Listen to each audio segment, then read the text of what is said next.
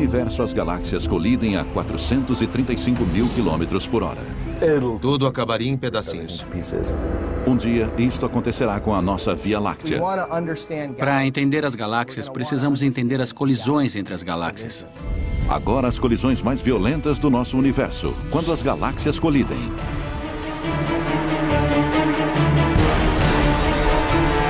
Colisões cósmicas. Colisão galáxias. Colisões.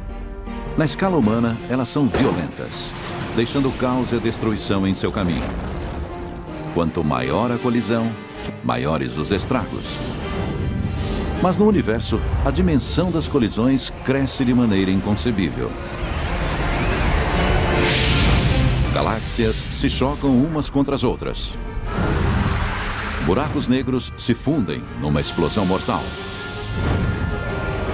Nossa própria galáxia marcha rumo a uma colisão com sua vizinha mais próxima, Andrômeda.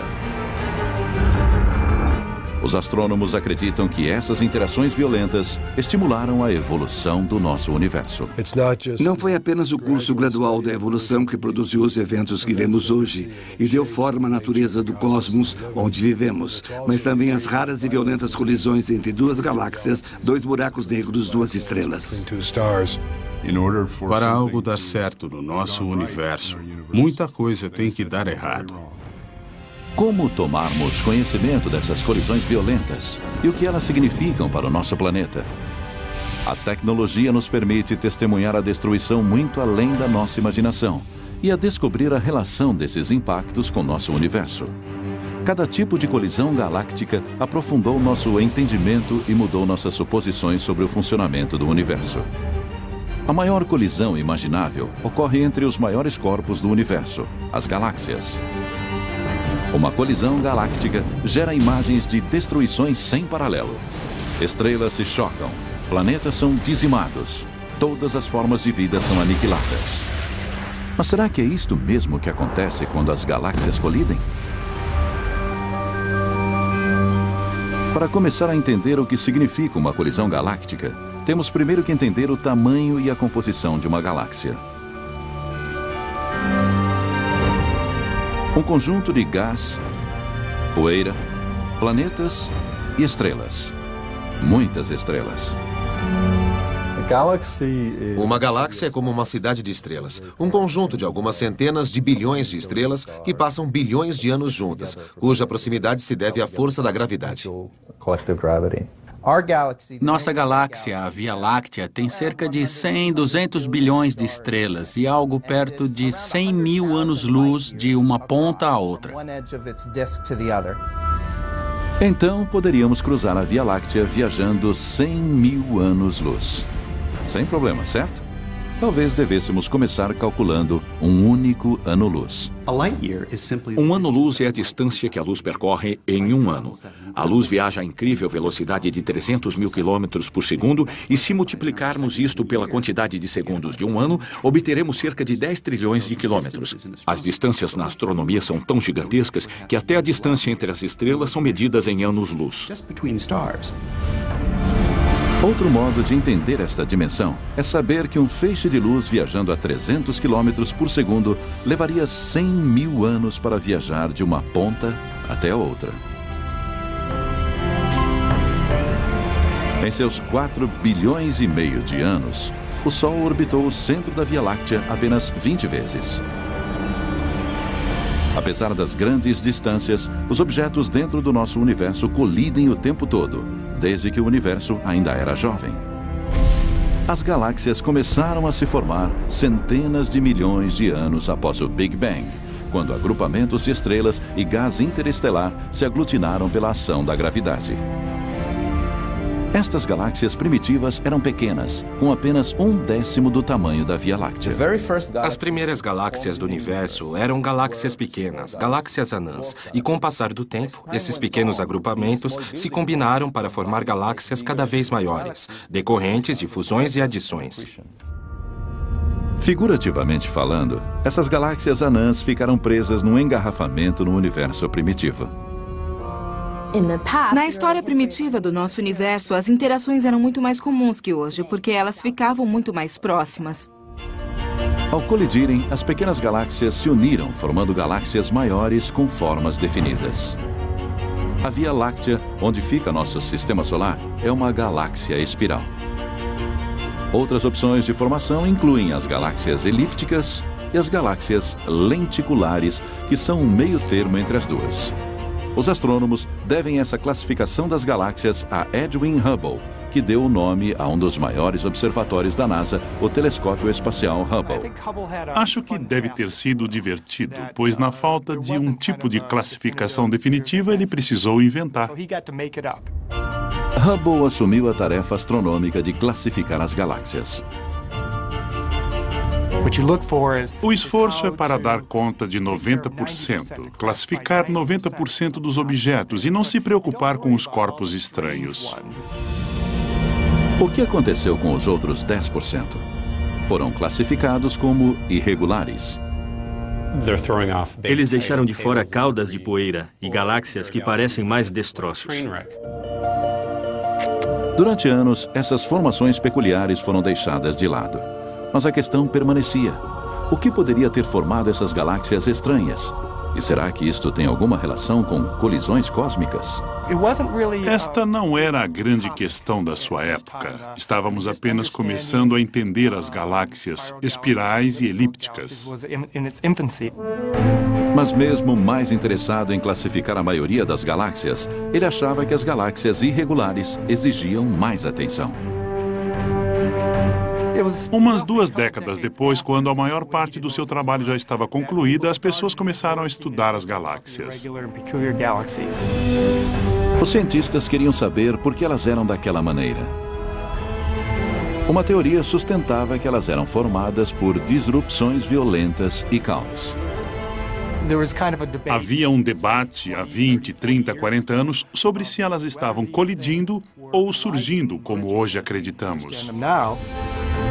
Atualmente, os astrônomos continuam usando a categoria irregular. O irregular envolve tudo. Ele se refere tanto às galáxias pequenas que foram muito afetadas pela formação estelar que abriu buracos em seu gás, tornando sua forma muito irregular. Mas também se refere às galáxias que sofreram colisões. Ele incorpora uma grande variedade de tipos de galáxias. As formas estranhas de algumas galáxias irregulares podem ser explicadas pelo efeito da gravidade numa escala galáctica. Os maiores objetos do universo se uniram por uma colisão direta. As galáxias irregulares são a prova de que estes grandes agrupamentos de estrelas colidem, indícios de que o universo está repleto de destruição e pandemônio. Mas o que acontece dentro das galáxias? Que outros tipos de colisão são possíveis e como podemos vê-los? A seguir, a colisão de estrelas deixa suas marcas em todo o universo. Mas mesmo assim, os astrônomos precisam registrá-las em pleno ato. Galáxias irregulares são indícios de que as galáxias colidem. Mas será que os astros também se chocam uns com os outros? Nosso universo é tanto maternidade quanto cemitério. Um local de batalhas épicas entre imensos corpos celestiais. Imagine um cenário fictício. A quase 3.000 anos-luz da Terra, 2 estrelas irmãs dividem a mesma órbita há milhões de anos.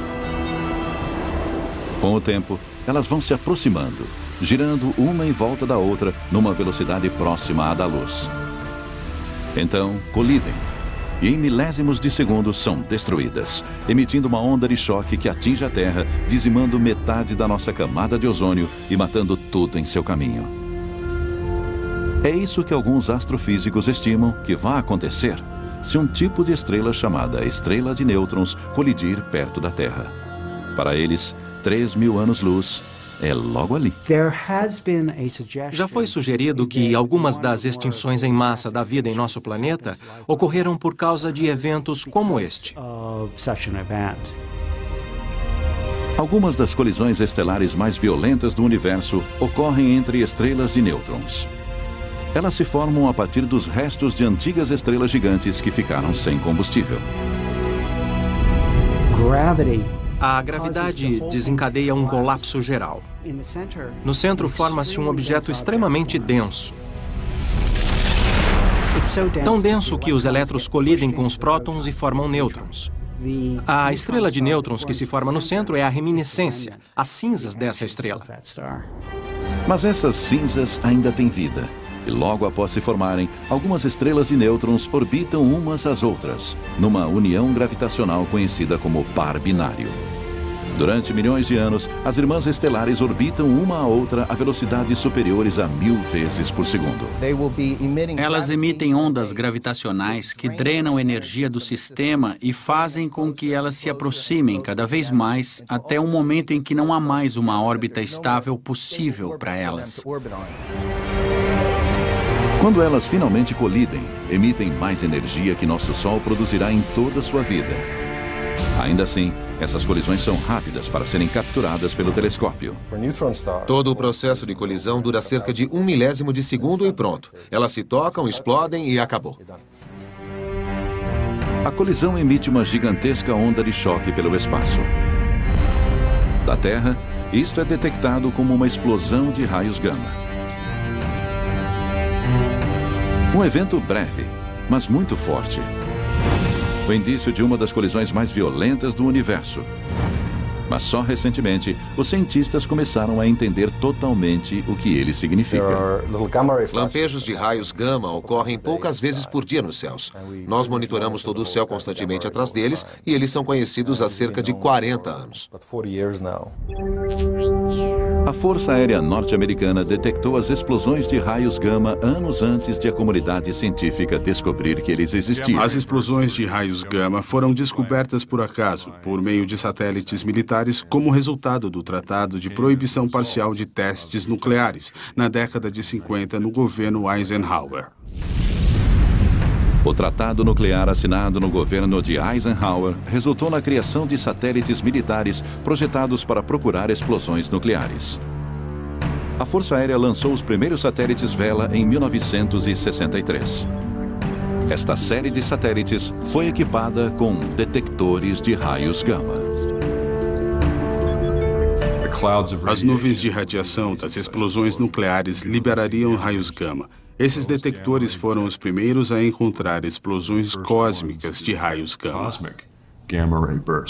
Em 1969, Ray Clibsadel, analista da Força Aérea, encontrou picos estranhos nos raios gama entre os dados do Vela, que por sua intensidade e duração, não podiam ser atribuídos nem à Terra, nem ao Sol.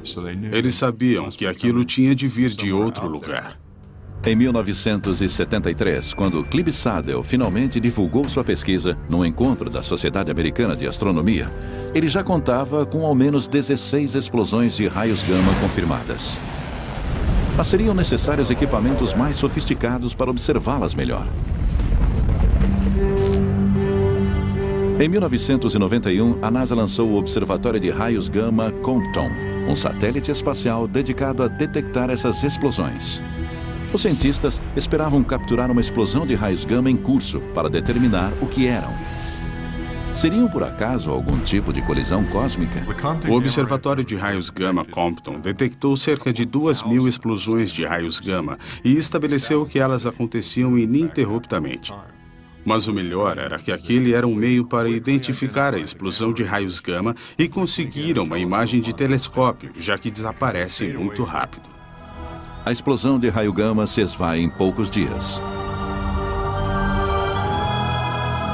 5, 4, 3, 2, 1. A nave espacial Swift da NASA foi lançada numa missão para estudar as explosões de raios gama no universo.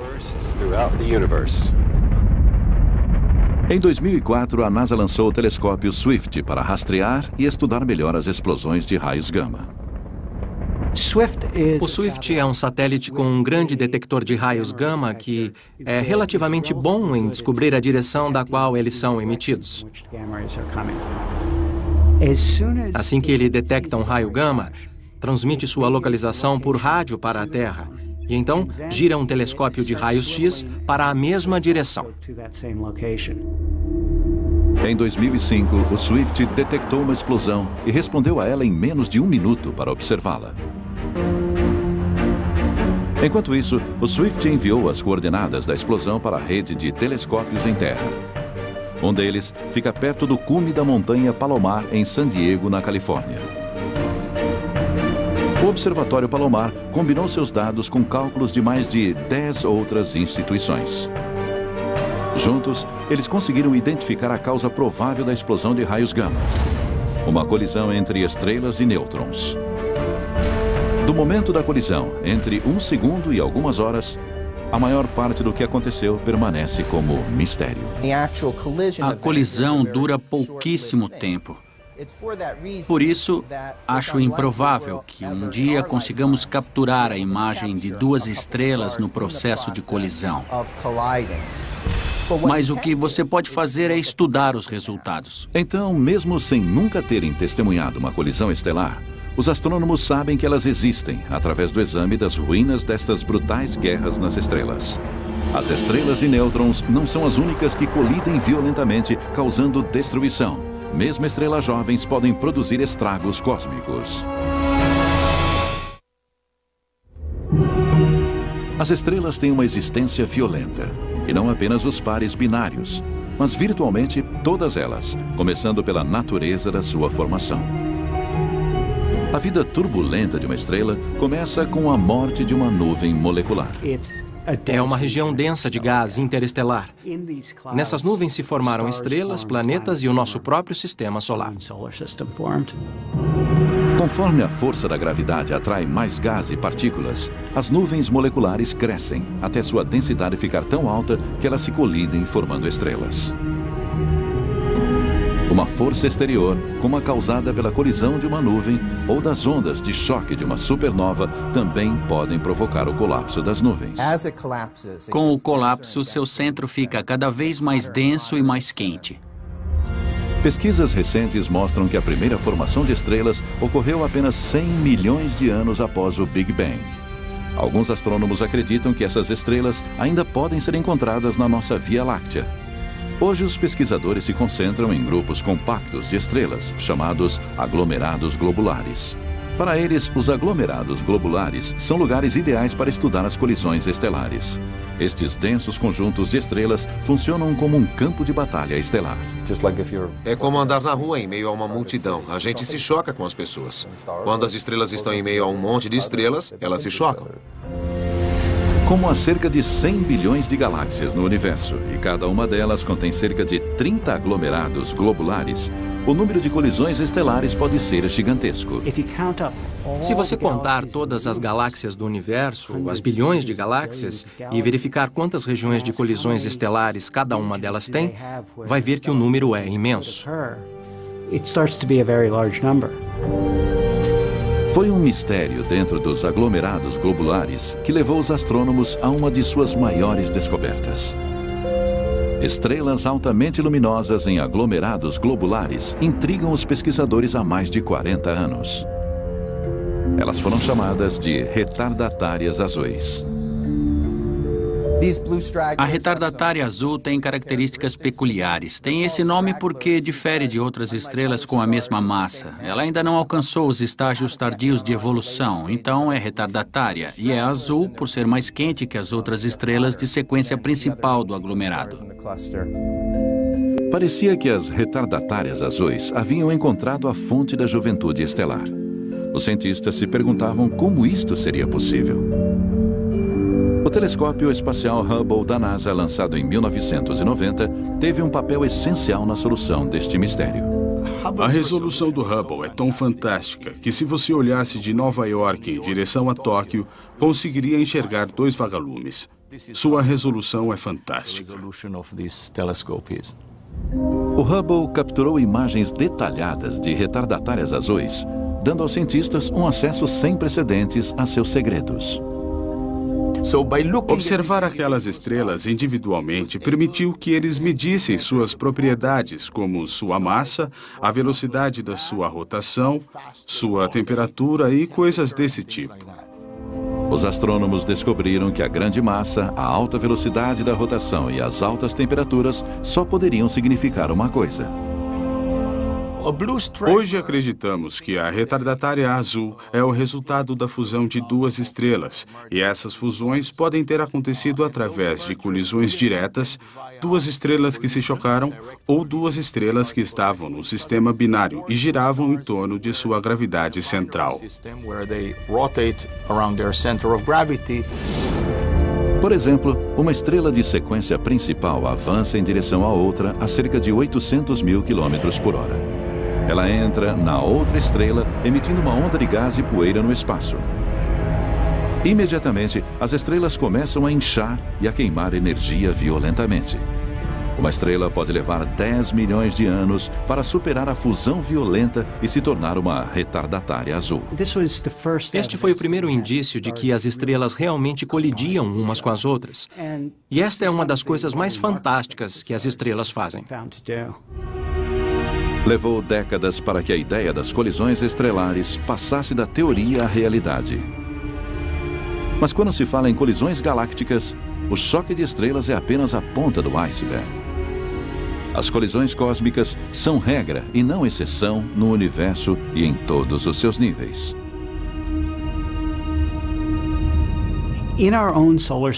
Em nosso sistema solar, todos os planetas e corpos que enxergamos foram formados através de colisões.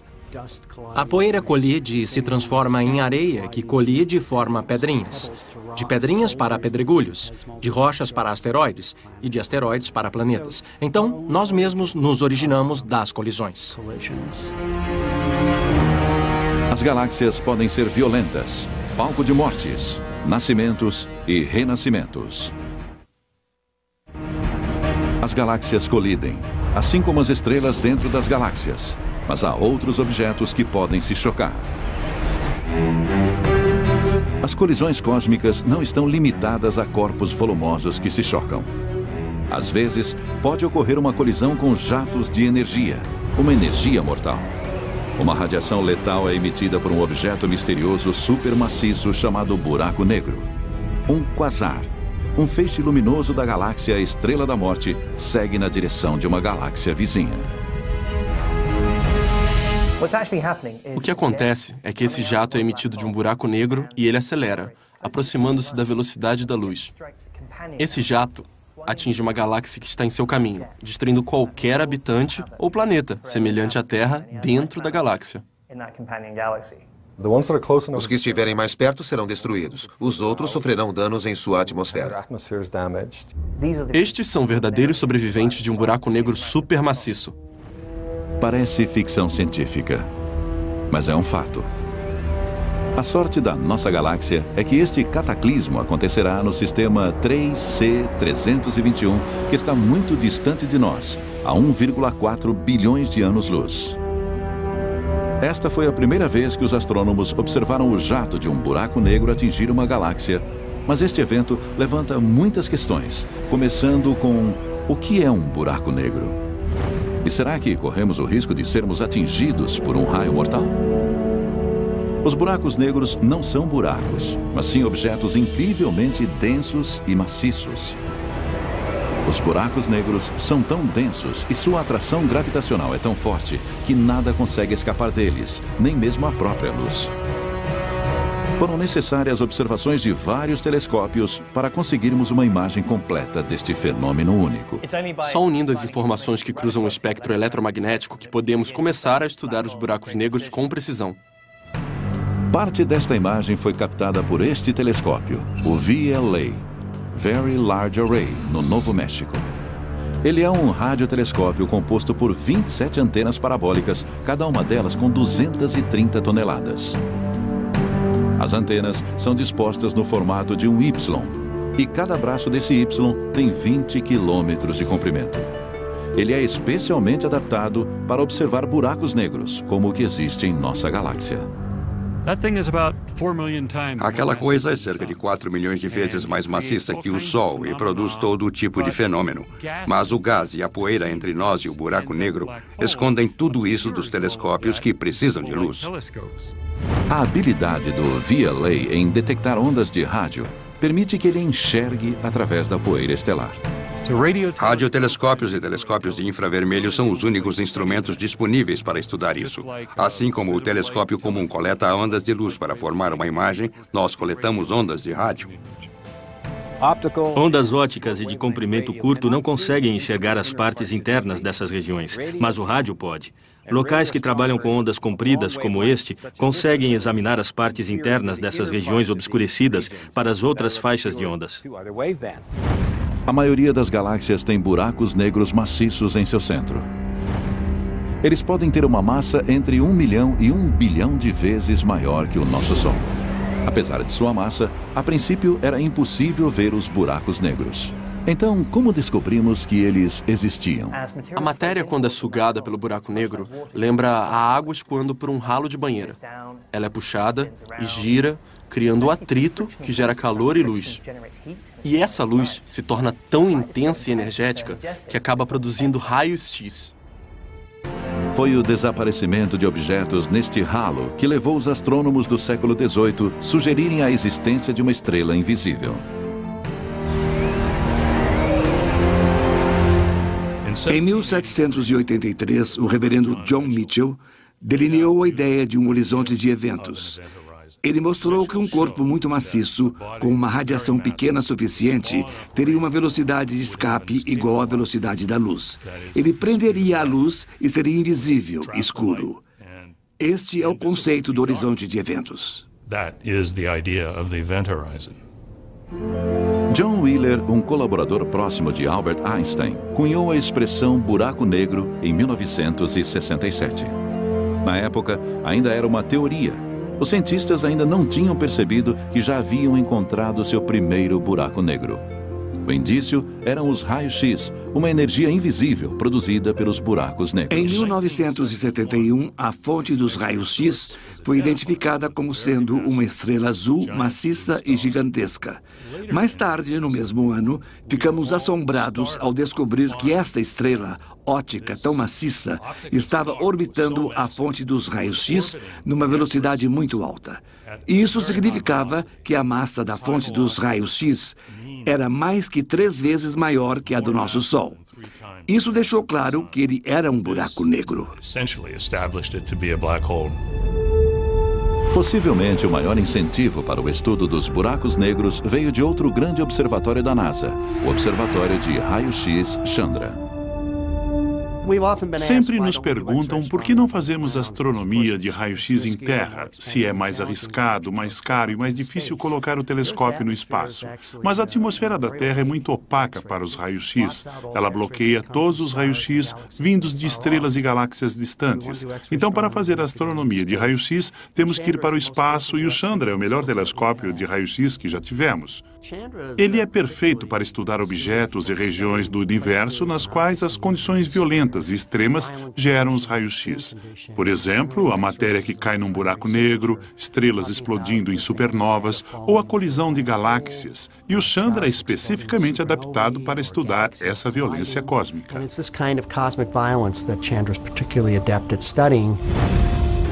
Os raios-X estão presentes sempre que um objeto celeste produz grande quantidade de calor. Estrelas de nêutrons e buracos negros conseguem produzir raio-X com força 100.000 vezes maior que os raios-X produzidos pelo Sol. O Chandra foi essencial para ajudar os astrônomos a entender o que estava acontecendo na Estrela da Morte. O Chandra permitiu que observássemos as fontes centrais do buraco negro e que determinássemos a presença desse jato de raio-X, que foi o que fez com que a chamássemos de estrela-morte. Porque o jato aponta diretamente para a sua galáxia irmã e dá para ver os efeitos daquele feixe de energia e partículas quando ele atinge a galáxia vizinha. Como na maioria das colisões cósmicas, há um lado positivo. Quando o jato da estrela-morte devastar a galáxia vizinha, provavelmente desencadeará uma nova fase de formações de estrelas e planetas. Tudo isso faz parte do ciclo de vida e morte do universo. Buracos negros não são necessariamente essas balas de canhão cósmicas. Eles não estão vagando pelo universo, sugando tudo em seu caminho. Na verdade, os buracos negros podem tanto produzir quanto destruir a vida. Nosso sistema solar conseguiu evitar raios mortais apenas para ir de encontro a uma calamidade galáctica de proporções gigantescas. Num futuro distante, nossa galáxia, a Via Láctea, e sua vizinha, Andrômeda, irão colidir. Mas será que essa colisão será uma fonte de criação ou de destruição?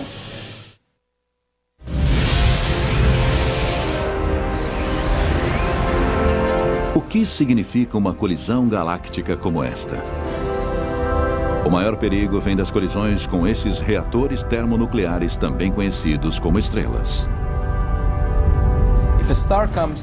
Se uma estrela se aproximar muito do sistema solar, pode enviar cometas em nossa direção.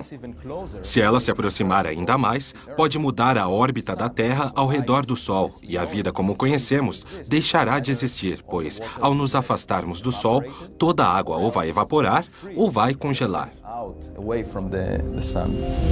A colisão entre a Via Láctea e Andrômeda está prevista desde o universo primitivo, quando ambas as galáxias nasceram, uma ao lado da outra. As coisas que se fundem nascem ligadas e acabam se juntando. Coisas que nascem à parte normalmente não se fundem, elas se separam. A maioria das galáxias está se separando no nosso espaço em expansão. Todas as galáxias que estão distantes de nós se separam cada vez mais até desaparecerem de vista dentro de determinado tempo. A única exceção é a galáxia Andrômeda, a vizinha mais próxima, nossa galáxia irmã.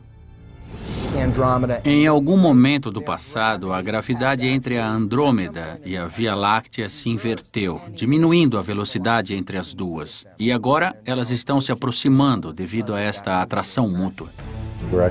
Elas vão colidir. Parece que elas estão vindo diretamente uma para a outra e a situação vai ficar muito feia para nós. A galáxia Andrômeda colidirá com a Via Láctea daqui a cerca de 5 bilhões de anos. Quais são as provas desta futura colisão?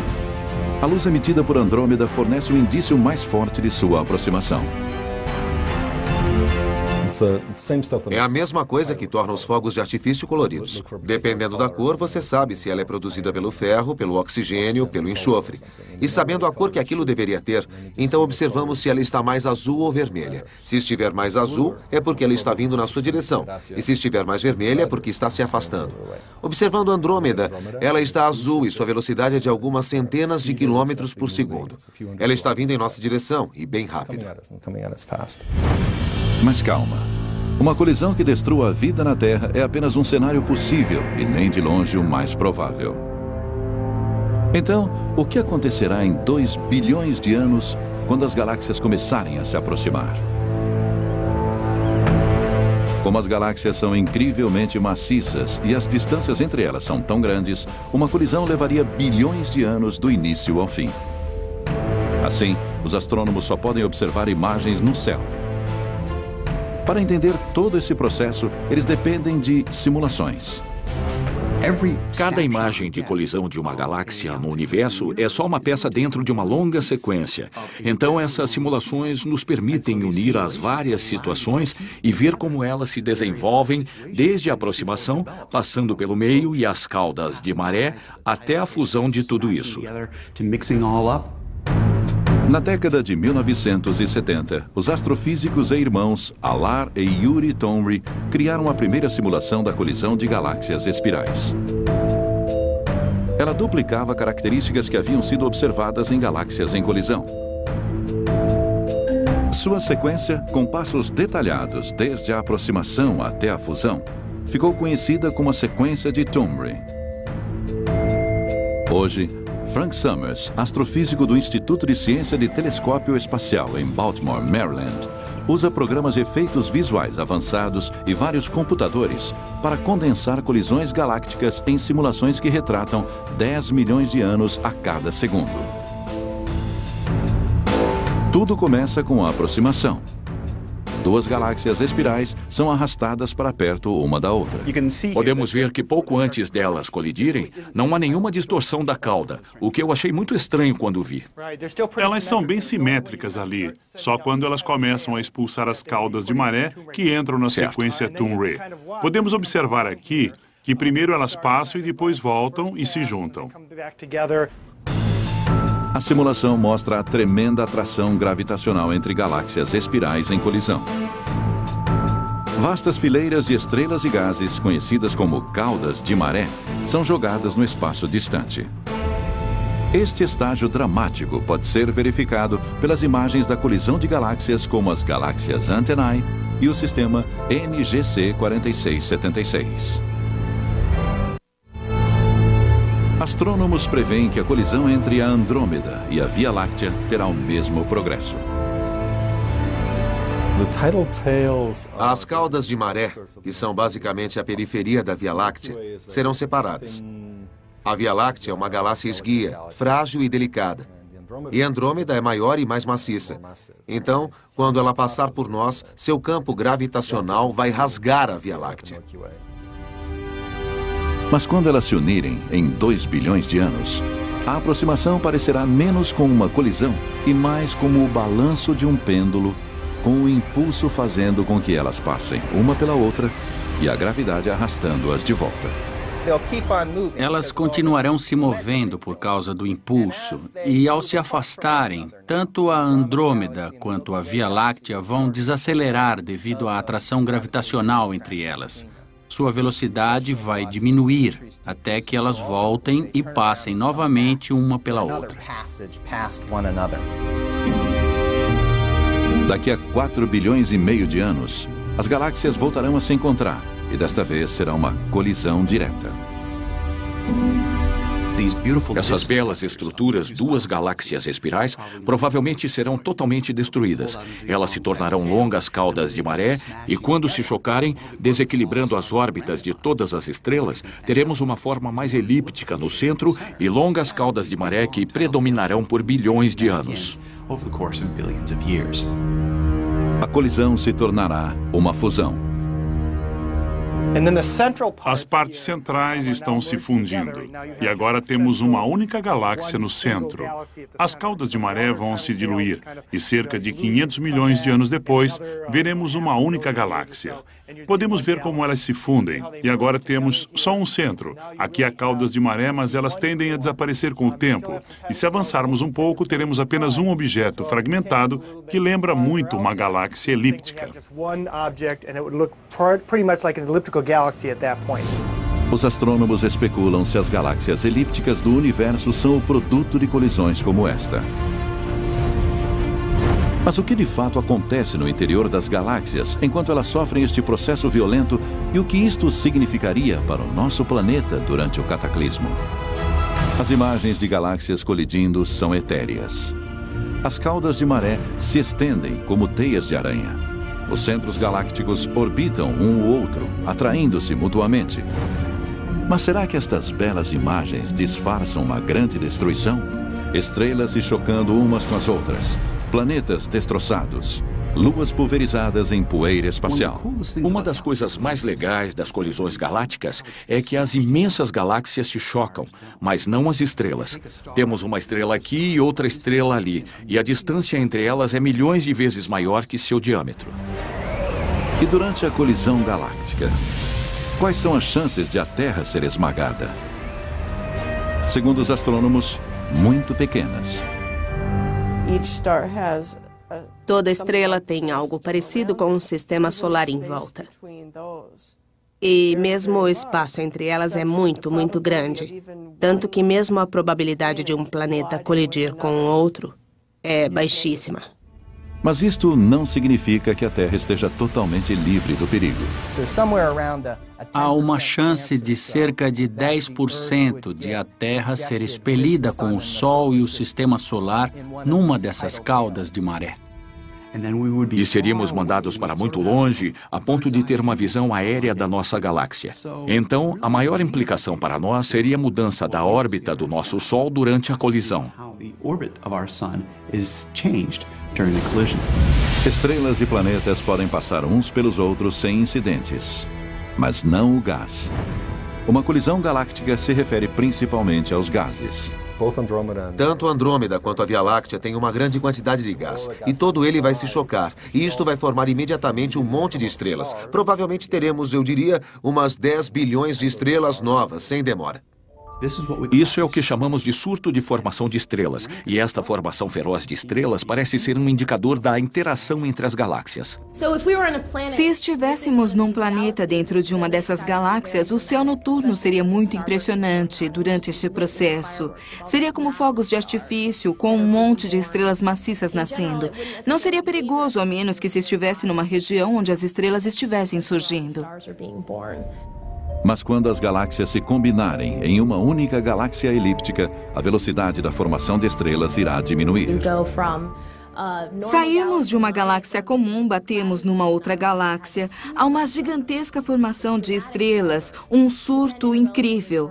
Mas depois, num período relativamente curto, o gás cessa, os fogos de artifício param e a galáxia volta a seguir seu caminho. A fusão da Via Láctea com Andrômeda, que em inglês já foi apelidada de Milcômeda por alguns astrônomos, também sofrerá a fusão de seus densos centros, cada um com seu buraco negro.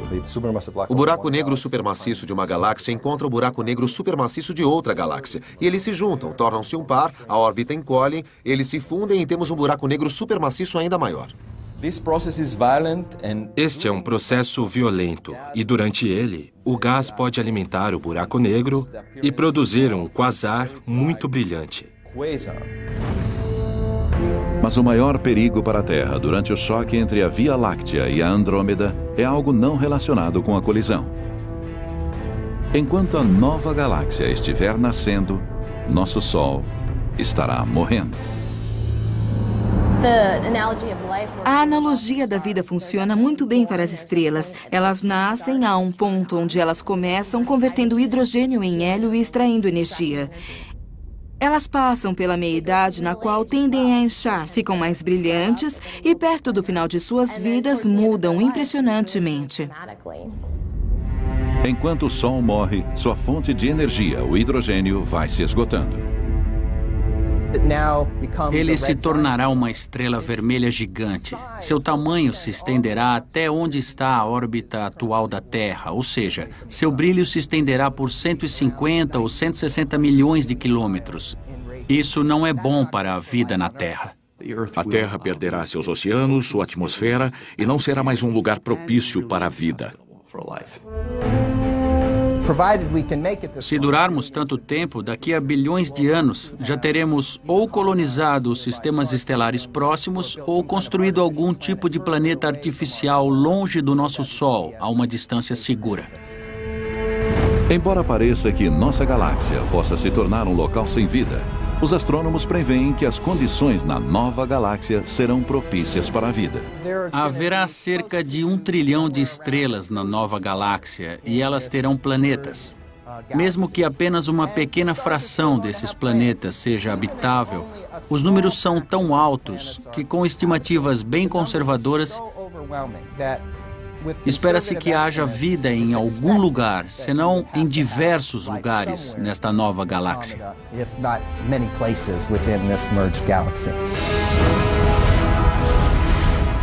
No nosso universo, a fusão mais fundamental ocorre entre a vida e a morte. A grande quantidade de colisões entre estrelas, buracos negros e mesmo galáxias representa o mais violento dos eventos que traz consigo o renascimento. Versão brasileira DPN Santos.